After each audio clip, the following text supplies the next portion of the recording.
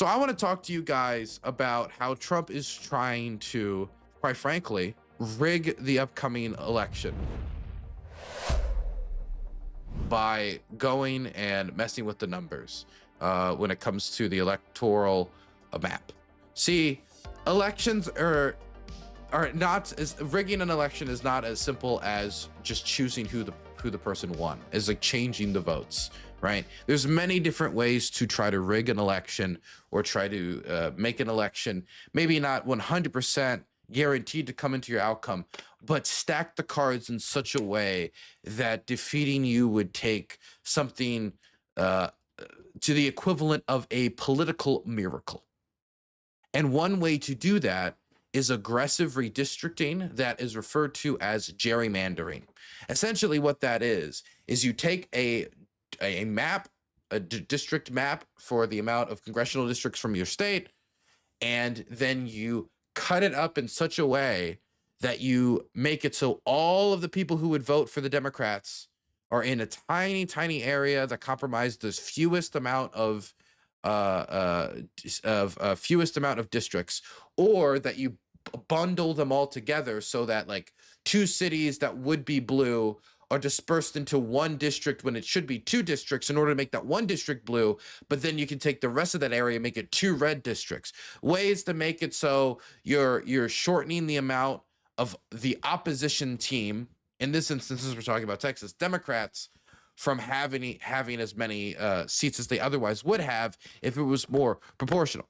I come from a state called Maryland, and we have a history with gerrymandering. We did have gerrymandering in the state of Maryland, and in fact, we were probably the most famous case of Democrats gerrymandering in the United States.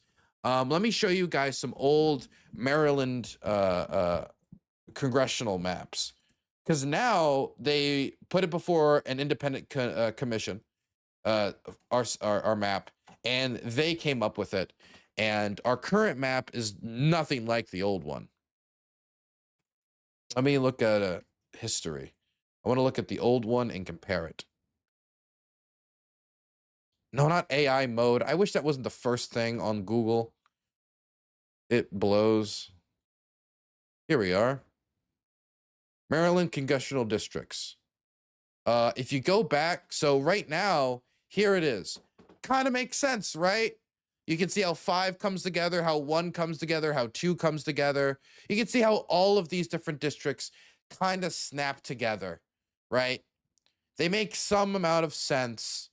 And you can look at this and be like, oh, that makes sense. You know, the areas that they've included, and like Anne Arundel and Howard, and Baltimore going into Carroll County. It makes sense that all the coastline would be its own thing. The South being 5, including St. Charles and Annapolis, and I'm in District 4 as a District 4 person. It makes sense, et cetera, et cetera, et cetera.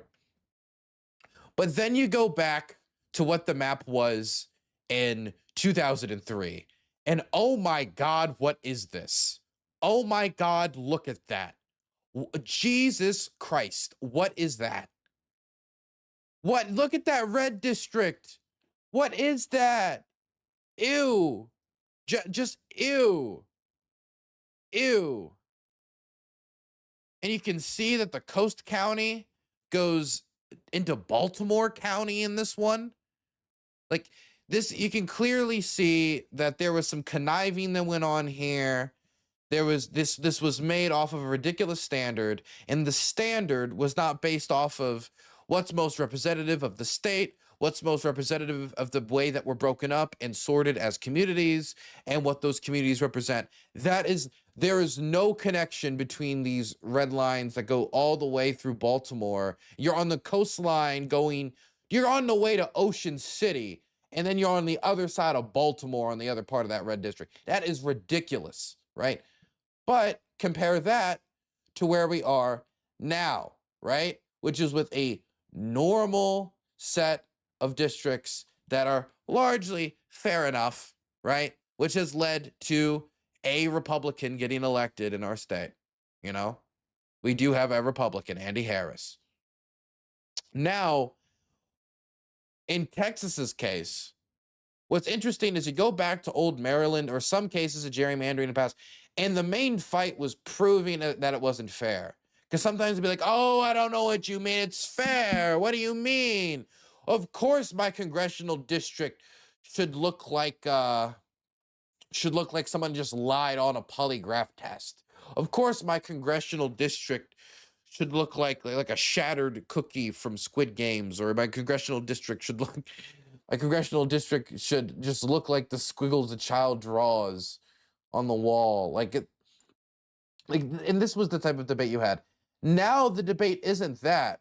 Of course, that old debate had an undertone of we need to do what we need to do. Now the entire debate is we need to do what we need to do. We're explicitly rigging it. We're explicitly going to make it so it has fewer Democratic delegates, fewer Democratic representatives. And we're going to make the map, draw the map over making there as few Democrat seats as physically possible. And the goal is explicit from the president of the United States. He's openly said it is to pick up a few seats. We're gerrymandering. We're going to gerrymander to pick up a few seats. It is the explicit use of the political map to rig the ability to pick up congressional seats in Texas for Democrats in advance of the midterms so that they don't lose the House. And in response to this, Greg Abbott has taken that up and said, great, we'll do a redistricting right now. And then Texas Democrats said, wait, we're not due for redistricting. Why would we do a redistricting right now? We're not due for one. And then Greg Abbott said, we're doing one right now anyway before the midterms. Very convenient. Very convenient before the midterms. And the Democrats that were about to lose their seats, and when you look at the map, you can see it's doing the old tricks of you include multiple cities that are Democrat with each other, even though they don't really have that big of a connection, and connecting them doesn't make sense. All of the tricks they could to make it so that there's as few Democrats from Texas as possible. So they pulled out every gerrymandering trick in the book. They put it out there. And so what the Democrats in Texas did is they left the state. They left the state in protest and fled to some states like Illinois and others to say like, hey, look, if we leave, we'll break decorum. And if we break decorum, we can protest this blatant disregard for Texans, telling Texans that your votes aren't good enough on their own. We have to rig the game so that the Republicans can win, and only the Republicans can win. And by that, like it's not even a secret what's happening here. Like when Greg Abbott talks about going out and now trying to arrest these people who have broke quorum, arrest these elected Democrats, he doesn't go there arguing like, oh, we're not rigging it. His whole thing is just about dereliction of duty. They broke the law. It's all just, there's no justification based on Democratic grounds like, oh, it's not rigged, or let me explain to you. They know it's rigged. They just believe that they have the right to rig it. They're the antithesis of what a Texan is. This morning, Texas Governor Greg Abbott turning up the heat, pushing Democratic lawmakers to return to the state capitol so Republicans can pass a controversial redistricting plan with national implications. These are quitters. They are cowards, and their cowardice will cause them to get kicked out of office. In an exclusive Governor's Mansion interview with NBC News, Abbott told us he's pushing to arrest Democrats in and out of the state after they left Texas in an effort to stall a plan pushed by President Trump to create 5 more Republican congressional districts in Texas. We are entitled to 5 more seats. How far are you willing to go to get the Democrats back to Austin? We are in the process, as we speak right now, of searching for, preparing to arrest Democrats who may be in Texas, may be elsewhere. Texas Senator John Cornyn says the FBI has approved his request for federal law enforcement to help locate the Texas Democrats, telling NBC News they could face possible felony charges for bribery. Charter airfare and hotel rooms and meals, and there could well be some violation of federal statutes. But Democrats remain defiant. It's not an abdication of the job. Who's abdicated their job is Governor Abbott, who has put mid-decade redistricting ahead of the flood victims. By the way, it's not, I don't even know how you call them cowardly. It's one thing to be like, they should have stayed here. It's nonsense, but at least you get what he's saying. When you say, oh, they're cowardly to what? Risk arrest? They're cowardly to, they're going to lose their job one way or the other if they just lay back and take it, because there's not going to be, you're making it so Democrats can't get elected in Texas. You're making it so that you're districting it in a way so demographically you're stacking the cards against them, and you're being explicit about it. What do you expect them to do? They're elected to represent their constituents, and you're expecting them to look their constituents in the face and say you can only elect Republicans now as somebody who's meant to represent them. Of course they're not going to do that. If they're meant to represent them, they're going to represent them. They're going to fight so that they are represented. To California to stand with Governor Gavin Newsom. The idea that the President of the United States says he's entitled to 5 seats should sicken everybody. With California, New York, and Illinois all threatening to fight back by creating more partisan redistricting maps of their own. What's your message to governors like Newsom? By the way, Hochul? this is the only way Democrats can really respond with no legislative majority in the House or Senate, is they have to respond with fire. And if you're Gavin Newsom, that means rewriting the California Constitution so that you can gerrymander. And I don't want to go down this road. I don't want this to be the road. But what other avenue do you pursue as a person who wants it to not be a one-party state, who wants it to that we have multiple parties that you can vote for in the United States? You can have an opposition. What do you do besides trying to fight fire with fire? You cannot have one political team playing by one set of rules. So you either create a unified standard, which Republicans have so far refused to do, or you fight fire with fire. And so Gavin Newsom has threatened to gerrymander more Republicans out of California. Other states have made similar threats. I mean, even here in Maryland, if you make Andy Harris have to run in Baltimore County, maybe you can change the outcome of that district, and maybe that's one more seat. Will it balance out? I don't know. But this game of playing fire with fire is certainly not going to be enjoyed by the representatives in those districts or Republicans in blue states who are going to feel threatened by more states doing this and the normalization of this gerrymandering. Many states who have fought to get away from it, like Maryland, which is often used as an example. And it's just bad for the country. It's bad for a democracy. It makes our democracy less responsive based off of partisan interests. And it's parasitic for our country. It's the type of things that can get rid of the release valve for social pressure through elections that can lead to not only chaos on the street, but the essential slow death of a democracy. So it is something that should be fought against, and certainly not normalized to the extent of like, yeah, we can gerrymander, whatever. Pritzker, who have said they will retaliate if Texas does this. They have no capability. They've already gerrymandered their states in ways in which they don't have hardly any Republican members of Congress. It's a joke. And the stakes of this debate could not be more serious, with control of Congress and the balance of power nationwide hanging in the balance. Savannah. All right, Ryan, thank you. Kristen Welker is following this story. She'll have it Sunday on Meet the Press, including an exclusive conversation with Illinois Governor. So I see this as terrible. I see this as awful.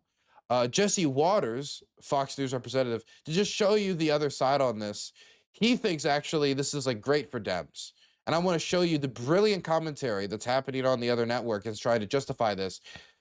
Listen to him talk about this map from this congressional redistricting.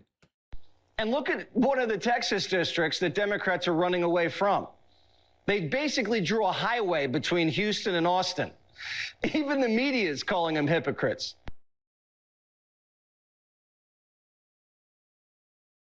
That's the point. That's the point. The point is to limit the amount of Democrat districts. So you tried to stuff a bunch of areas that are highly densely full of what would be Democrat or Democrat sympathetic or centrist voters into one district, or to as few districts as possible. Like, for example, instead of San Antonio and Austin being two separate representative districts, them being one district, turning two Democratic representatives into one Democratic representative. He doesn't even understand what gerrymandering is. He just knows, Jesse Waters, that it can rig an election and therefore is in favor of it. And if you think I am being facetious in the way I describe it, you can listen to the man himself.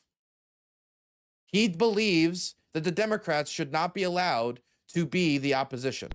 Right now, they're using the N-word, nuclear. And that usually, typically, in nation-state battles, when someone's survival is at stake, you use nukes if your back's up against the wall. And it's existential for the Democratic Party. If you think about it, if we gerrymander and they gerrymander, we have 20-seat advantage. All right? We have a Supreme Court 6-3 majority. And just the way the geography is in the Senate, you're always going to have more advantages for Republicans that way. If you can lock this in with what they're trying to do, the Democratic Party is screwed. And that's what we've been trying to accomplish for the last 3 decades. That's what they've been trying to do to us.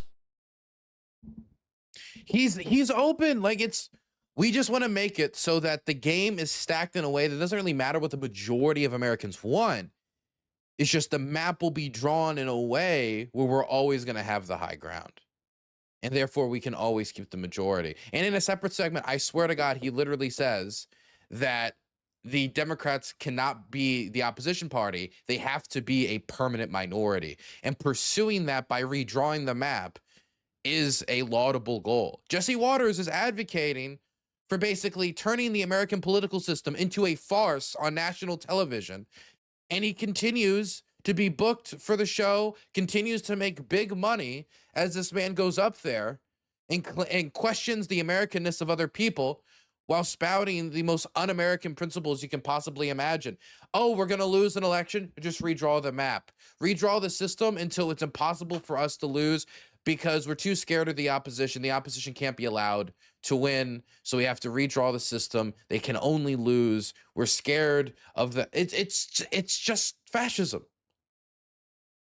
You can't describe it any other way. We need to be the permanent majority. You cannot even be the opposition party. You have to be the permanent minority, and we're going to design the system in a way that keeps us in control. This reminds me of the system in Myanmar when it comes to like reforming it from the military. It's like, okay, here's Myanmar democracy. We get the military do have a veto power. And that means you would have to get over 75% of the elected representatives to agree in order to change the Constitution and get rid of our veto power and get rid of all the institutional powers we've just set in for ourselves. Also, we get 25% of the representative seats just off the bat. We not even a race for it. You're stacking the cards in a way by which denies the democratic process, which might help you in solidifying power, but creates a dangerous situation where you have stabbed the democracy and then you stand over it grinning with no one else to blame now for the nation's problems but you, with no release valve. That's a dangerous place for both you, even if it is a position of power, and it's an even more dangerous place for the country. And Trump wants to nationalize this program. Trump wants to nationalize it. Trump wants a federal redistricting program done right now. Mind you, he wants a census right now so he can do federal redistricting and take away some House seats here and there. Mind you, we do this every 10 years. It's been 5. He wants to speed it up and do another one right now, right away. Why? To redraw the map.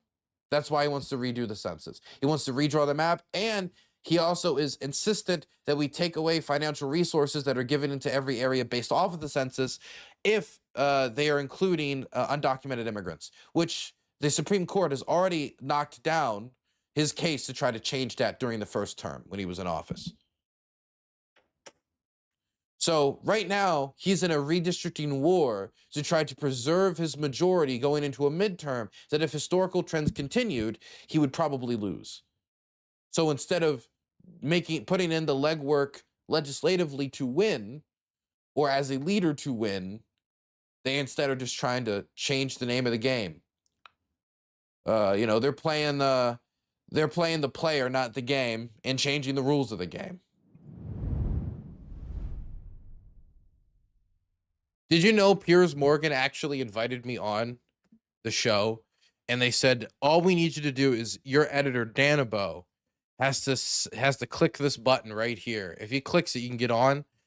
And Danabo, too busy partying and hanging with the Hells Angels and doing just the type of business that only a rapscallion would get into, stop me from getting on the program. It's actually criminal.